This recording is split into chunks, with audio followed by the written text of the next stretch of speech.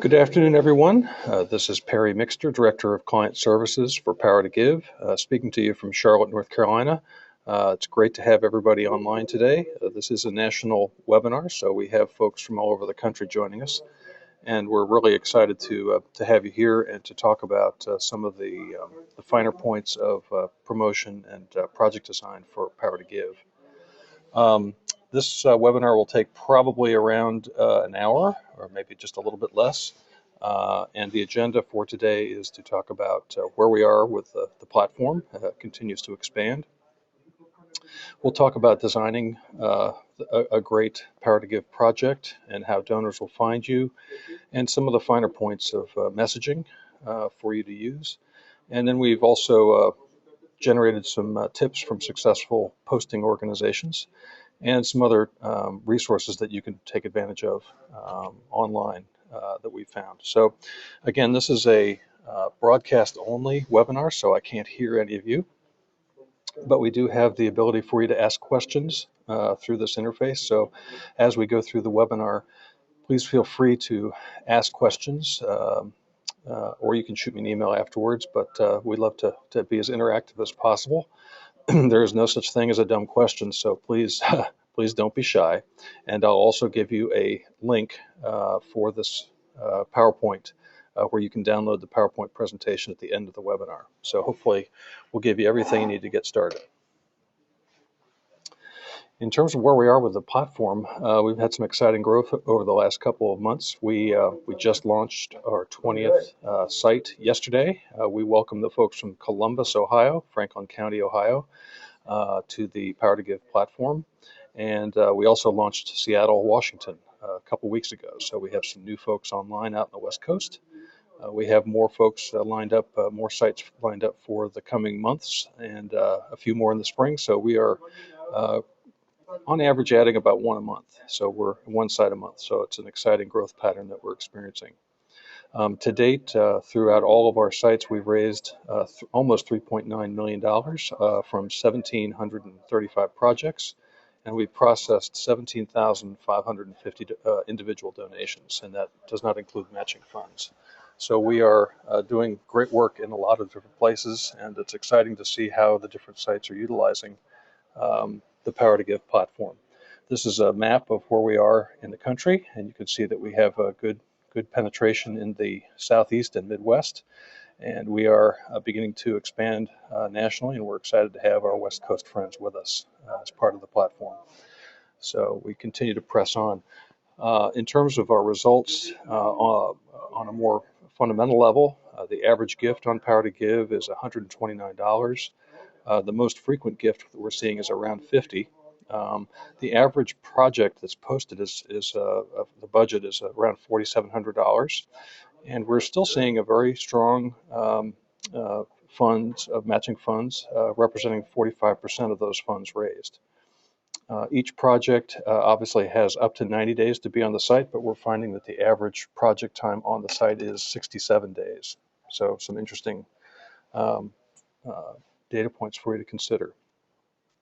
Now, we don't track this in all of our sites. We expect the site administrators to do this for us, but in Charlotte, 45% of the donors making gifts on Power2give are new donors. So that's a very important statistic for us here, and that we are generating a lot of new support for the organizations that participate on Power2give. And we're finding that nationally, about 35% of the donors, Power2give donors, have given multiple gifts. So that's a significant thing to keep in mind. So again, some very promising findings from our first 2 years of operation. This graph is particularly interesting because it kind of shows you what happens with our projects. And this shows the funding percentage of all projects on Power2give and how that's distributed.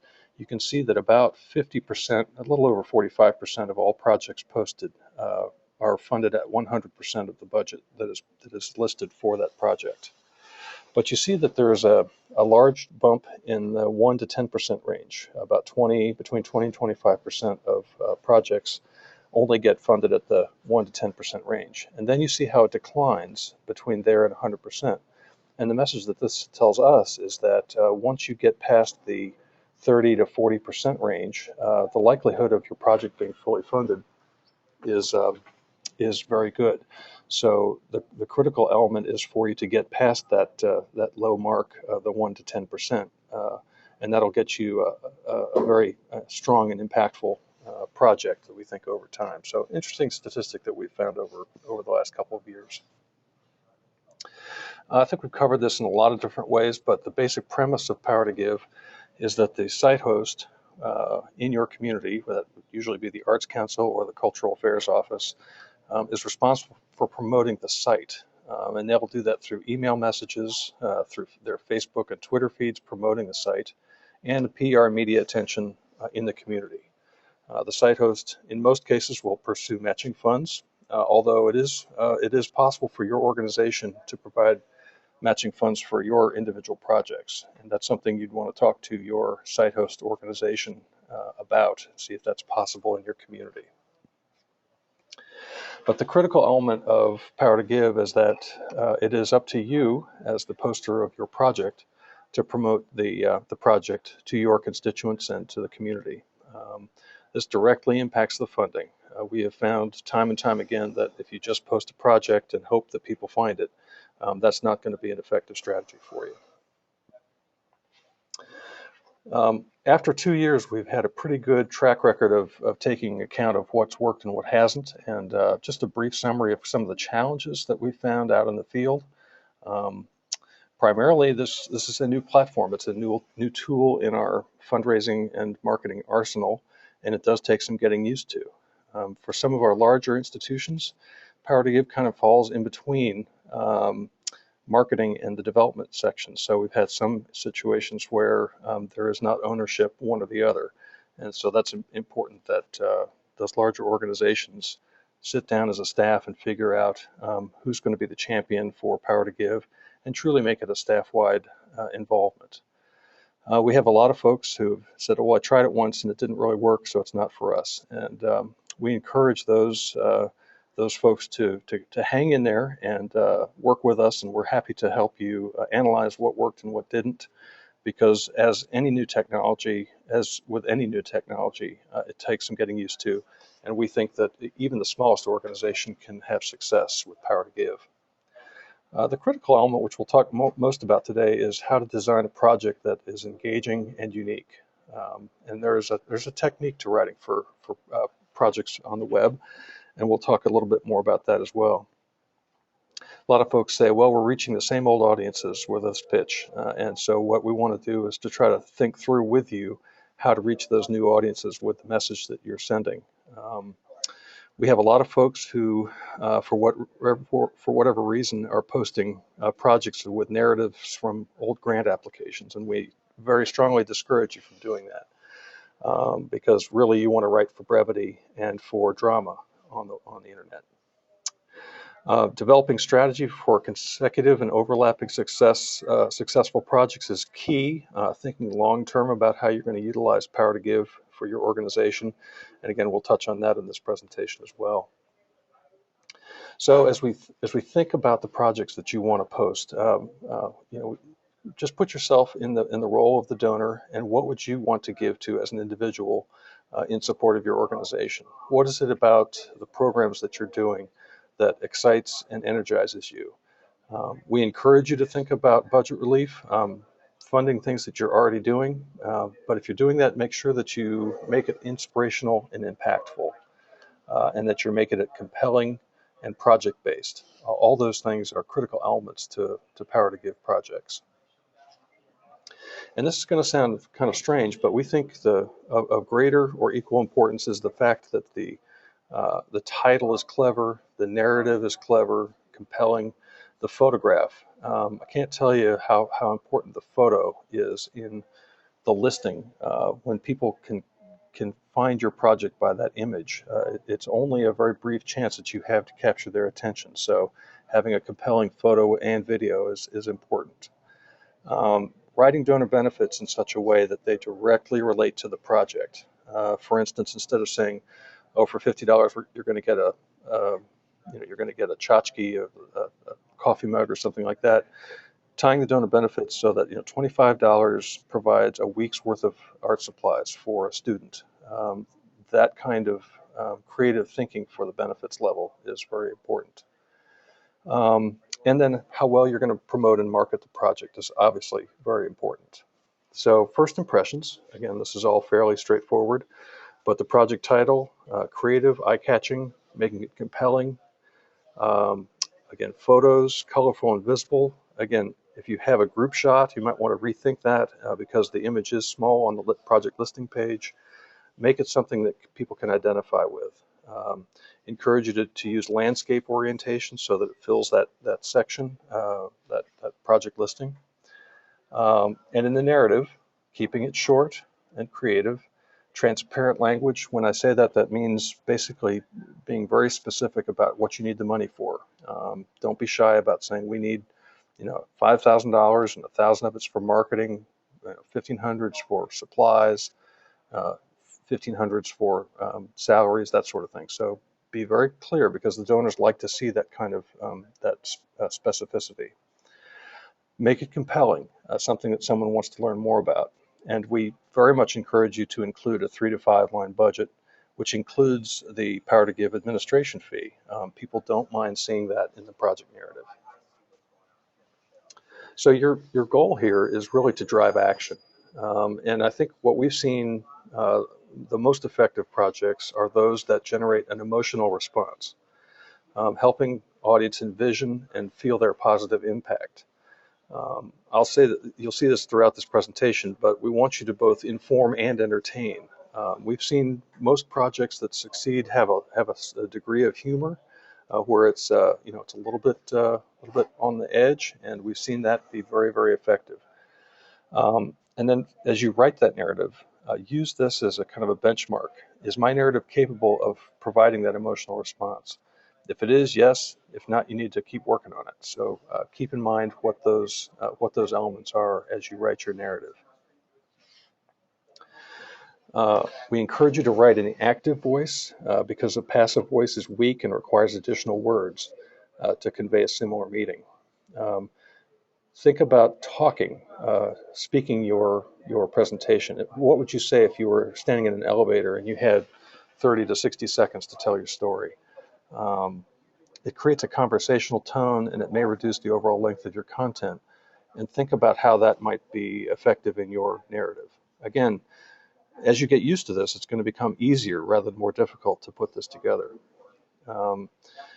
Write in 1 to 3 short paragraphs using white space, and we encourage you to utilize the formatting functions for bullet points and graphs and charts. And again, donor benefits is a great place to use bullet points to be concise. And eliminate redundancies. Everybody knows you're asking for money, so you don't have to state we need your help. We encourage you to cut your narrative until there's really nothing left to cut. And think about cutting syllables as well as cutting words. Just be very conservative with that time. You can write a huge narrative, but I don't think it's going to be impactful for this Power to Give platform.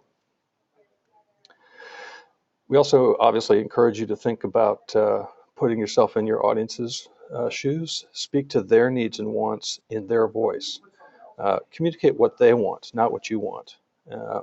And if you can develop a go-to and a collaborative sense with the creative writers outside your traditional spheres of influence, we've partnered here in Charlotte with a headline writer at the local newspaper.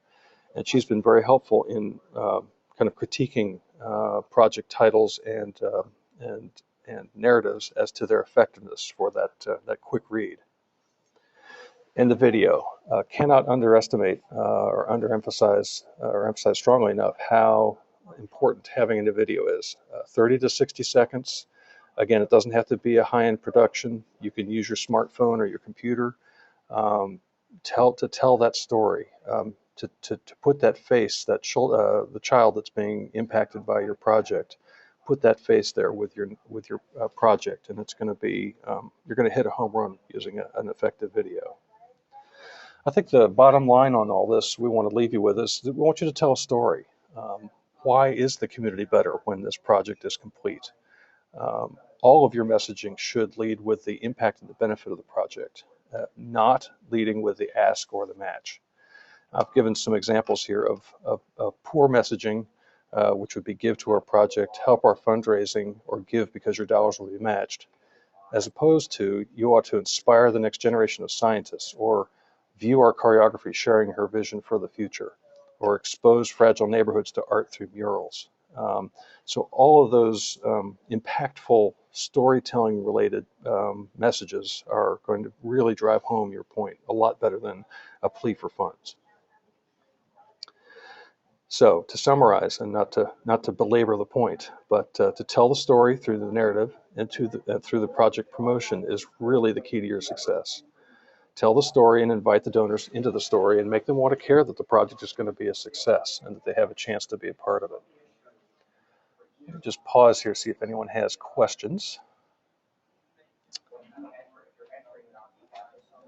I don't see any questions. Someone can't hear me, but I think I'm still broadcasting, so I think we're okay there. Please feel free to ask questions as we're going along. We'll be glad to answer those as we pause.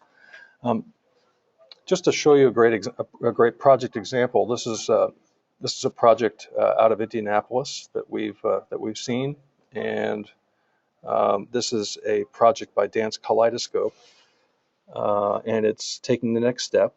And you see how short the narrative is. Every dance student deserves the opportunity to follow their dream. I think that's a very strong first sentence.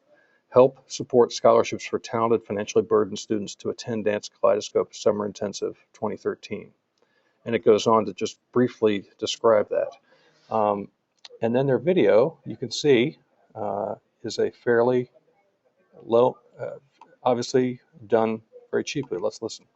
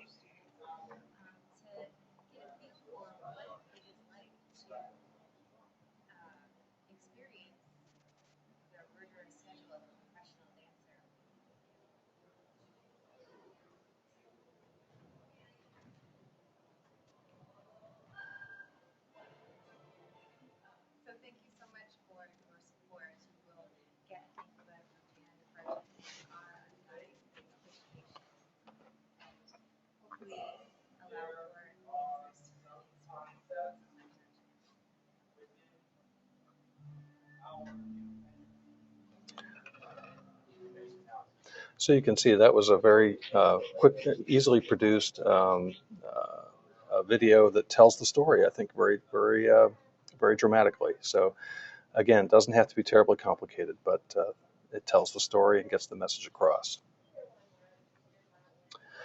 So let's talk a little bit about targeting your message. As we know, not all projects will appeal to all persons. So who are you actually trying to drive to your project? It's very helpful to think about 2 to 3 very specific constituencies to target for your project. Is that your board who can help you? Seasoned subscribers, perhaps, parents, young adults with children in the household. Again, it depends on your project, but you can very quickly identify 2 to 3 constituents or stakeholders that could help you spread that word in the viral manner that social media can provide. So again, we've covered this in other presentations, but developing a very simple project plan, and I've got an example here in the narrative in the presentation that you can look at to think of an engaging name for the plan. What are the top 3 groups that you want to engage? And then as you think of those groups, who could be the key project advocate for your project within that constituency? And then ask yourself the question, what are you trying to get your target audience to do?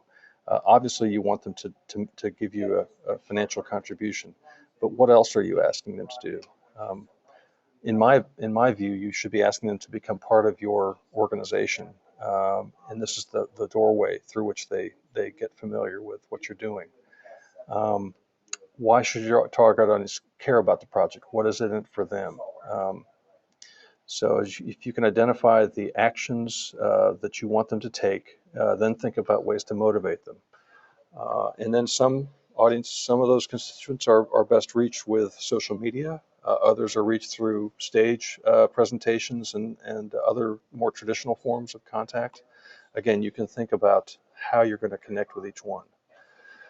This is a simple plan, a simple chart of a project promotion, which goes from the very general on the left uh, in terms of concept over to the specifics on the right.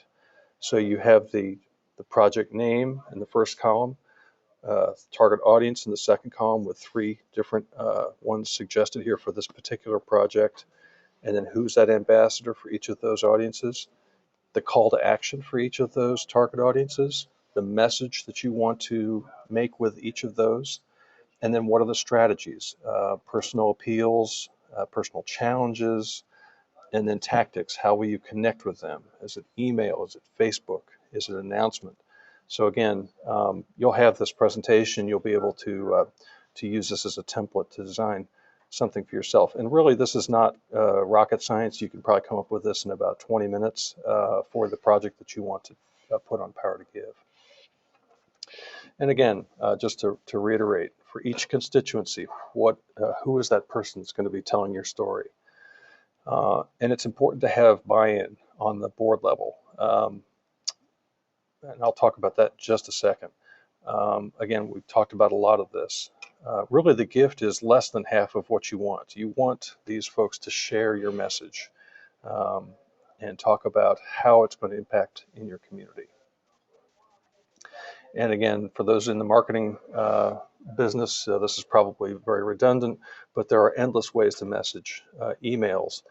Think about a timeline for sending out email messages at the launch of your project, when there are 30 days left in the project, and when there are 7 days. You can build that intensity and propelling you to the end of the project. We encourage you not to do mass email. Again, to target as much as you can your key constituents. Be careful not to over communicate, because you can certainly go too far and upset people with too many messages. But figure out ways you can find maybe several zealots that can spread the word in different ways. Are there opinion leaders in your community that may not be directly connected to your organization who could speak on your behalf? Again, all different ways that you can get the message out in different unique ways. And again, using social media. Now, many of us are new to social media and we're still testing the waters. And if that's the case, Power to Give is a great way to do just that. Social media, include your permanent Power to Give URL on your organization's Facebook page. And again, promoting specific projects with a specific URL, but keeping in mind that that specific URL expires when your project does. So we encourage you instead, in general, to use that permanent URL whenever possible. Twitter, for those of us who like to check our Twitter feeds, including the project's URL and in the Twitter feed, as well as a hashtag, hashtag Power to Give, is going to help spread that message.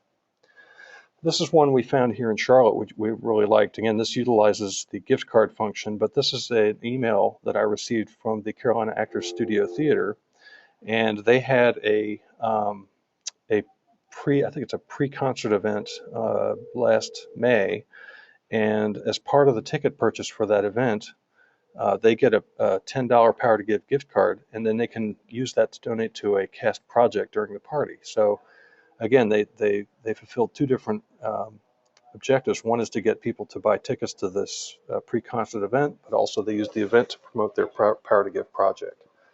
So again, something to think about. At events, if you have the ability to display a QR code that would go to your project listing page, having laptops or tablets available at your events for instant Power to Give access, and again, virtual or physical gift cards are also an option for you to consider. So we have that capability. And again, more traditional methods, event banners, e-newsletters, curtain speeches, personal solicitations, and again, on print media, uh, taglines, and we've also seen some very effective use of media sponsors for Power to Give, posting thermometer graphics in the paper, weekly free newspapers, very effective way of utilizing traditional media. Want to remind you, if you haven't used it, that you need to utilize that dedicated URL which appears on your project dashboard when you log in to the Power to Give system. You'll see that, and you'll see the one that ends with your organization's number. That's the URL that you need to embed in all of your websites, email taglines, signatures. That way people can always click on that dedicated URL and go straight to your projects at any time, no matter how many you have active at that current moment. So make sure you utilize that URL that we give you. Now, we took a couple of projects and analyzed how the funds came in, and we noticed a couple of different strategies that we're seeing more and more frequently. These are some different promotional strategies. The first one here is one for a project we called the strategy is a push coast push initiative. You can see that at the first few days of activity, there's a strong amount of activity and a strong amount of response. Then things leveled off a little bit. Then towards the end of the project, about 30 days out, there was a lot more activity, which got them up to their level. So that's one strategy that they had. Obviously, different periods of time when they're going to be promoting their project in the community. Here's one that clearly this organization had several major big gifts. I think they're $2,000, $1,000 or $2,000. And the organization used those gifts to encourage others to give. So you can see how that impacts the giving timeline and impacted their success. And the third one is a concentrated deadline campaign. This organization raised $4,000 in 5 days for a $4,500 project.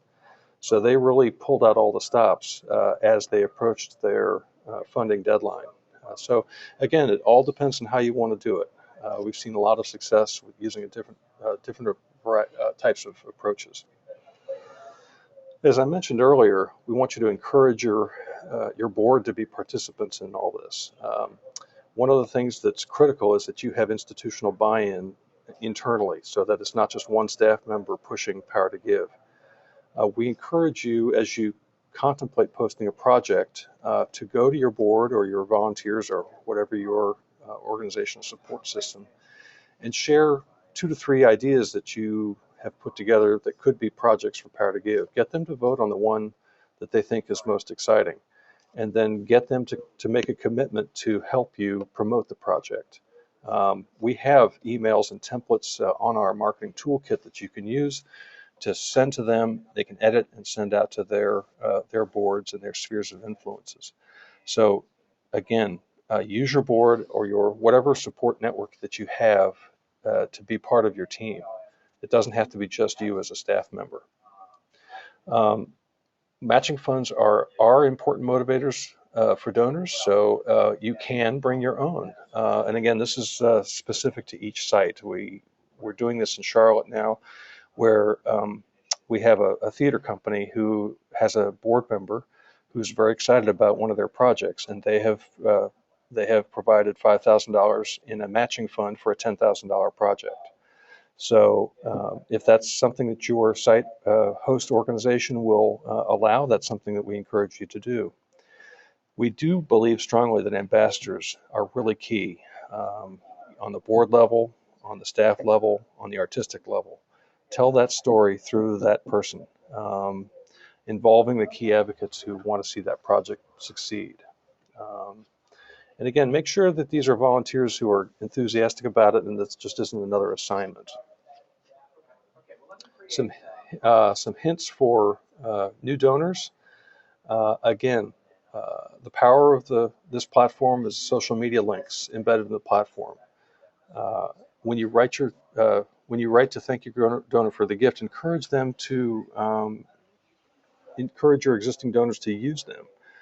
Everyone can send emails to family and friends, and most can post a message on their Facebook timeline. So ask them to do that when you send the personal note of thanks as you've received those gifts. Um, and again, project content drives new donors. You know, a new computer system may not appeal to new donors, but projects with direct community impact will. So pick your project carefully, as we've talked about. Media coverage always helps. We've seen some really, really terrific media coverage. In fact, Columbus yesterday had a front page Columbus Post-Dispatch article about Power2give, and that's really helping to drive their awareness, the brand awareness in their community. Uh, the next couple of slides summarize some suggestions from the folks here in Charlotte and elsewhere that we sent out a message saying, tell us what works for you. And these are just some things, and you can read them. I won't go through each one, but again, using the board to engage family and friends, personally reaching out to current donors. Not again, notice it's not a mass email; it's a personal contact. Personal emails are much more successful than a mass email. We've had one organization here in Charlotte have a first-time giver to one of their Power2give projects about a year and a half ago. I learned just a few weeks ago that that person has made a six-figure commitment to the North Carolina Dance Theater, this great organization here in Charlotte. So think about how you steward those donors through Power2give. What are you going to do with them once they make a contribution? They should be part of your organization or your fundraising pyramid. So we encourage you to do that. For successful projects, look at, again, one of the groups said fund projects for things that you're going to have to buy anyway. But the key there is to connect the project to the mission of the organization. If you need a light board or you need a new roof, tell the story of how that's going to make a difference in the mission of your organization. So again, different approaches have great success.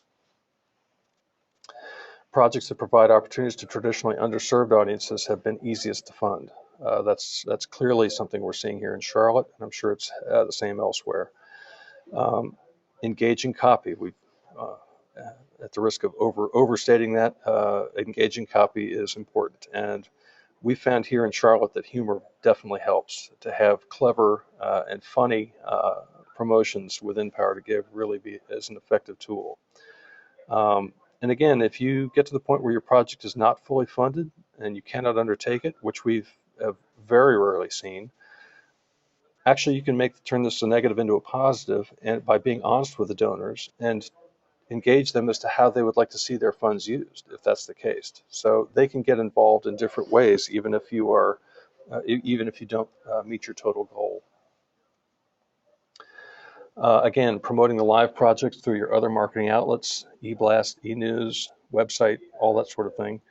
Again, thinking about one or at most two projects at a time we think is the most effective strategy for using Power2give. And if you do have two projects, make them substantially different from another, either programmatic versus equipment projects or small versus large. Make them substantially different so that your donors don't get too confused with what you're trying to promote. We really think the most effective strategy here is having a rolling pipeline where you post one project, and when it gets near to full funding, post the next one, and then have that continual rolling activity. So there's always something going on the platform for your organization. And again, we encourage you to look at the completed project section on the website. If you go to a website and any of our sites and click on the projects tab, and you will see the active sites. But if you scroll down and hit the completed projects tab, this will show you all of the projects that have been posted in the community, and then you can search on the type of organization you represent and see what's happened in other communities. It's a terrific tool for you to learn about what's been successful. We've had a couple of organizations seek out professional, high-tech folks, social media marketing clubs, young professionals, getting them to adopt Power2give as a pet project.